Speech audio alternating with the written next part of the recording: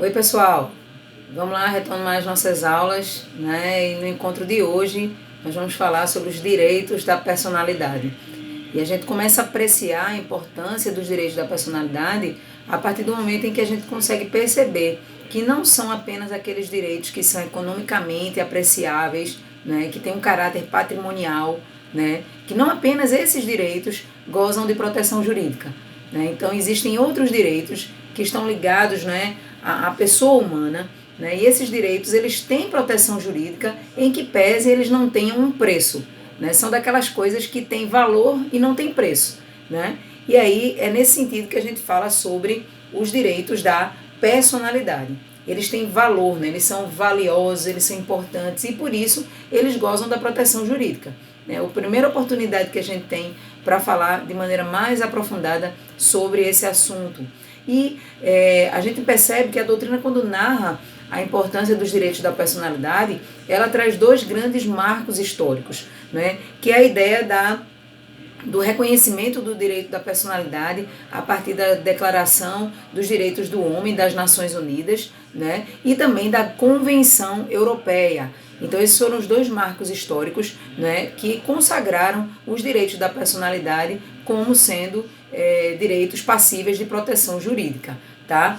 E aí a gente percebe que o Brasil, ele tratou, né, de consagrar essa importância também a partir do momento em que foi proclamada a Constituição da República. Então, se vocês tiverem a oportunidade, visualizem lá o artigo 5º da Constituição, né, que no inciso 5, ou melhor, no inciso 10, diz o seguinte: são invioláveis a intimidade, a vida privada, a honra e a imagem das pessoas, assegurado o direito à indenização pelo dano material ou moral decorrente da sua violação. Então perceba que já a nossa Carta Magna já traz sobre si essa importância dos direitos da personalidade. Então, esse reflexo, né, jurídico de valor que recai sobre os direitos da personalidade, nós percebemos também na legislação infraconstitucional, a partir do momento em que o Código Civil dedicou, né, uma série de artigos para tratar sobre os direitos da personalidade.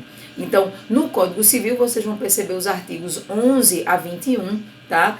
E aí, em cima dessas disposições legais, que mais tarde a gente vai aprofundar e vai perceber que os direitos da personalidade vão além do que se consta, né, dessa previsão legal, né? Eles têm uma abordagem superior a essa previsão legal, então a gente vai trazer para vocês outros aspectos, tá bom? Então vamos ao conceito, tá? O que são direitos da personalidade? Né? Inicialmente convém destacar o conceito de Carlos Roberto Gonçalves, né, que nos diz o seguinte: são direitos da personalidade cuja existência tem sido proclamada pelo direito natural, destacando-se dentre outros, veja só, dentre outros, né? Então existe um rol muito mais amplo do que esse que ele vai falar. Dentre outros, o direito à vida, à liberdade, ao nome, ao próprio corpo, à imagem e à honra, tá? Nós temos um outro conceito também que é apresentado pelo Pablo Stolze Galiano e pelo Rodolfo Pamplona Filho, quando os autores dizem: os direitos da personalidade são aqueles que têm por objeto os atributos físicos e psíquicos e morais das pessoas em si e em suas projeções sociais. Certo, gente? Então, nós trouxemos dois exemplos, né, só da perspectiva conceitual. Mas aí, a partir de agora, a gente vai traçar as características que norteiam os direitos da personalidade, certo? Então, a primeira característica é a que diz que os direitos da personalidade, eles são intransmissíveis, irrenunciáveis e indisponíveis. Olha só, quando a gente diz que eles são intransmissíveis, é que, na essência, o titular do direito da personalidade, ele não pode dispor desse direito transmitindo a outras pessoas, certo? A terceiros, tá? Então essa é uma regra dos direitos da personalidade, que é a sua intransmissibilidade. A irrenunciabilidade, né? É a ideia de que o titular do direito da personalidade, ele não pode renunciar, ele não pode abrir mão formalmente desse direito, tá? Então eu não posso abrir mão de ter um nome, eu não posso abrir mão da minha honra, eu não posso abrir mão da minha integridade. O direito não comporta renúncia, tá, aos direitos da personalidade. Assim como são direitos indisponíveis, tá? Então, quando se diz que são direitos indisponíveis, se diz que o ser humano ele não pode dispor desses direitos, né? São direitos que nascem e que se extinguem com a própria pessoa, tá? Convém ressaltar o disposto no artigo 11 do Código Civil, quando o legislador, tratando a respeito dessas características, ele nos diz, com exceção dos casos previstos em lei, os direitos da personalidade são intransmissíveis e irrenunciáveis, não podendo o seu exercício sofrer limitação voluntária. Então, perceba que a parte final do artigo, ela traz justamente essas características que nós já adiantamos. Mas o início do artigo traz uma informação importante, que é a seguinte: com exceção dos casos previstos em lei. Então, perceba, se há casos previstos em lei em que se admitiria a transmissibilidade do direito da personalidade, né, você percebe que há uma brecha aí para a gente entender que essa característica, né, dos direitos da personalidade, de serem intransmissíveis, irrenunciáveis e indisponíveis, a gente pode verificar aí que há uma brecha para entender que essa característica ela não é absoluta, ela é sim relativa, tá? Então, como exemplo, nós podemos falar de situações em que o direito da personalidade ele comporta exploração econômica, tá? Então você percebe, por exemplo, a situação do direito de imagem, que é muito comum, né, de artistas, de atletas, mas até pessoas comuns mesmo possuem o direito à imagem. Tanto é que se eventualmente alguém for dar uma entrevista, né, participar de algum tipo de programa, é comum que esses órgãos de imprensa eles escolham a assinatura da pessoa num termo de autorização para a utilização dessa imagem, justamente para que não fique configurado nenhum tipo de abuso ou de utilização indevida dessa imagem, tá?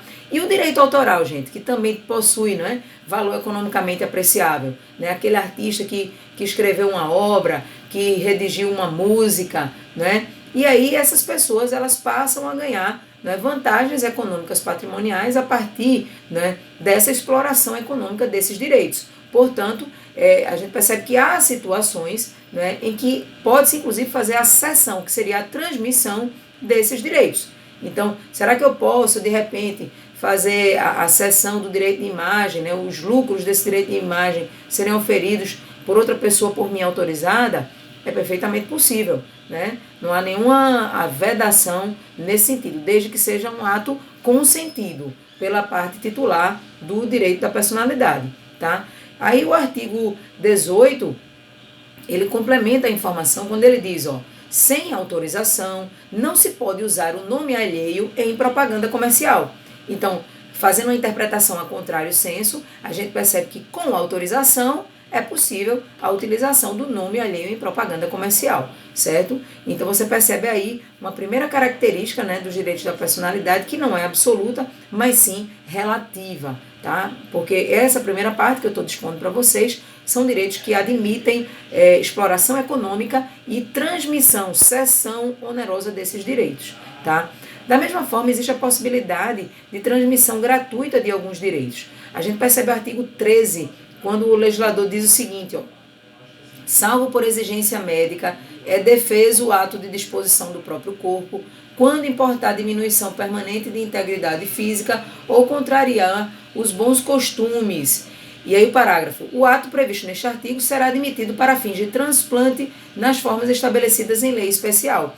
Então, se uma pessoa quiser fazer uma doação de um órgão, não é? Ela não pode, né? Agora perceba que ela não pode auferir vantagem patrimonial por isso, porque esse tipo de transmissão só é admitida se for gratuita. Inclusive, nesse sentido, se encontra a Constituição da República, o parágrafo 4º do artigo 199, que diz que é vedado todo tipo de comercialização de órgãos e derivados, órgãos, sangue e derivados. Tá? Então, não é possível comercializar, mas é possível sim fazer a transmissão gratuita, né, desses direitos.